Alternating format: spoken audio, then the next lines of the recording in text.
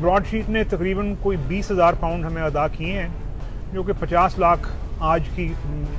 مجھے پتہ لگا ہے کہ قیمت پاؤنڈ کی اور بڑھ گئی ہے اس وقت، تو 50 لاکھ کے قریب بنتا ہے، لیکن اس سے زیادہ کلیم کیا جا سکتا تھا، لیکن چونکہ براڈ شیٹ دیوالیہ ہو چکی ہے اور وہ کیس ان کی دیوالیہ ہونے کا آئل آف مین میں چل رہا ہے، وہ برطانیہ میں نہیں آئل آف مین میں چل رہا ہے، جس کی وجہ سے ہمارے وکلاء نے کہا کہ وہاں جا کے تو کیس پرسیو کرنے سے بہتر ہے کہ آپ ان کی سیٹلمنٹ کی آفر قبول کر لیں، تو ہم نے ان کی آلدو کہ کم ہے لیکن ہم نے ان کی جو آفر تھی سیٹلمنٹ کی وہ قبول کر لی ہے۔ یہاں پہ پرنسپل ہے وہ یہ کہ جو پارٹی ہار جاتی ہے وہ ادائیگی کرتی، تو انہوں نے عین موقع پہ جا کے اپنا کیس وڈرا کر لیا تھا،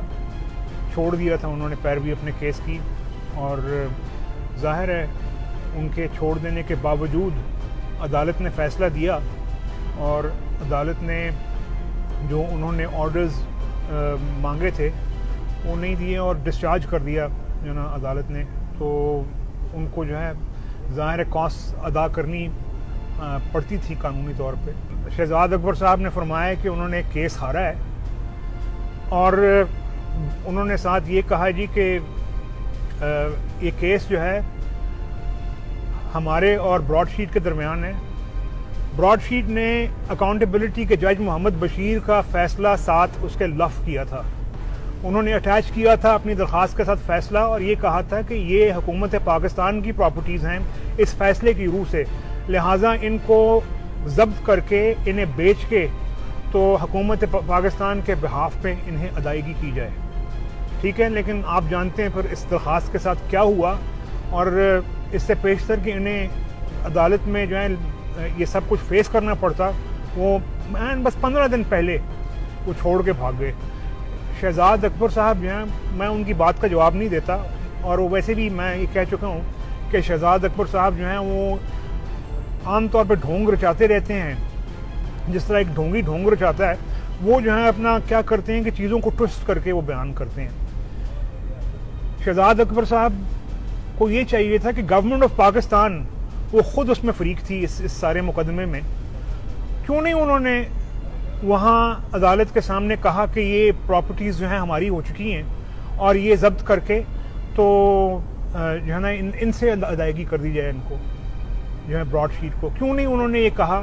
کہ چونکہ یہ پاکستان حکومت کی ملکیت ہو چکی ہیں پراپرٹیز جج محمد بشیر کے فیصلے کی روح سے، تو یہ ان کو بیچ کے پاکستان گورنمنٹ آف پاکستان، یہ کم از کم جو اس وقت ان کو اتنا پیسہ دینا پڑا گورنمنٹ آف پاکستان کو وہی بچ جاتا۔ لیکن سچ یہ ہے کہ ان کے پاس صرف الزامات لگانے کے لیے ہیں اور کچھ بھی نہیں ہے۔ براڈ شیٹ نے کیس یہ کیا تھا کہ اکاؤنٹیبلٹی کورٹ کا جو ایون فیلڈ ریفرنس میں فیصلہ تھا وہ انہوں نے ساتھ لگایا، اور یہاں پہ ہائی کورٹ سے کہا کہ یہ اس فیصلے کی روح سے جو ایون فیلڈ اپارٹمنٹس ہیں یہ حکومت پاکستان کے ہو چکے ہیں، کیونکہ اکاؤنٹیبلٹی کورٹ نے ان کی ضبطی کا آرڈر دے دیا ہے، لہٰذا چونکہ یہ حکومت پاکستان کے اثاثے ہیں اور حکومت پاکستان براڈ شیٹ کی نادہندہ ہے، اس وجہ سے یہ ان کو براڈ شیٹ کو ادائیگی کی جائے گورنمنٹ آف پاکستان کے بہاف پہ۔ لیکن اور بلکہ ساتھ میں یہ بھی کہوں گا کہ انہوں نے فیصلہ لفظ کیا اپنی اس درخواست کے ساتھ، لیکن آپ بھی جانتے ہیں پھر اس کے بعد کیا ہوا، اور جو ہے برطانوی لیگل سسٹم میں اس کے ساتھ کیا ہوا، اور وہ عین موقع پر بھاگ گئے۔ یہ جب یہ بات جاتی ہے کسی ایک انڈیپینڈنٹ جوڈیشل فورم پہ، تو وہاں پہ ان کی کلی کھل جاتی ہے، ان کا کچا چھٹا کھل جاتا ہے، اور یہی جو ہے شہزاد اکبر صاحب کے دعووں کے ساتھ بھی ہوا ہے۔ اگر یہ اپنے مقاصد میں سچے ہوتے براڈ شیٹ والے، یا جو ہے ایون گورنمنٹ آف پاکستان جو ہے اپنے مقاصد میں سچی ہوتی، تو یہ اٹیچ کروا لیتی، ضبطی کروا لیتی جو ہے یہاں پہ ان اپارٹمنٹس کی۔ گورنمنٹ آف پاکستان تو خود فریق تھی اس کی، لیکن وہ ضبطی نہیں کروا سکی، اور اس کی وجہ یہ ہے کہ ان کے سارے جو کیس جھوٹے ہیں، ان کی جو ہے جو افسوس کی بات یہ ہے کہ پاکستان کی عدلیہ جو ہے ان کے دیے گئے فیصلوں کی